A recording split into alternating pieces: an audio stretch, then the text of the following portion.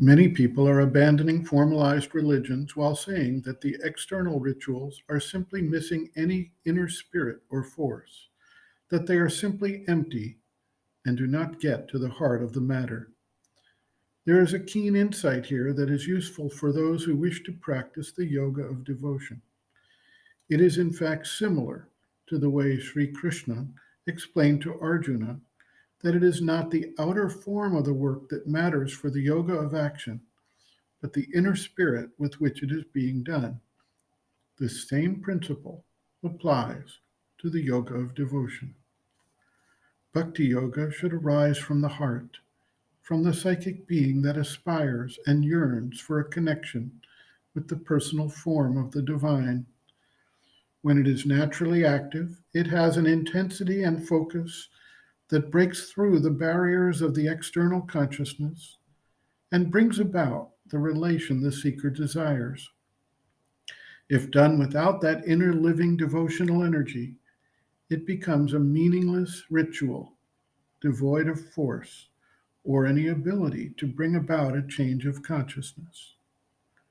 That is not to imply that all external forms of worship are useless, however, to the extent that it is expressing through the outer physical body and vital nature the adoration and love of the divine by the psychic entity. It can help to bridge the gap from the inner to the outer nature, and then possesses a force of realization that goes beyond the purely subjective experience. Sri Aurobindo observes, quote, prayer and meditation count for so much in yoga, but the prayer must well up from the heart on a crest of emotion or aspiration. The japa or meditation come in a live push, carrying the joy or the light of the thing in it. If done mechanically and merely as a thing that ought to be done, stern, grim duty, it must tend towards want of interest and dryness, and so be ineffective. What is meant by Bahya Puja, external worship?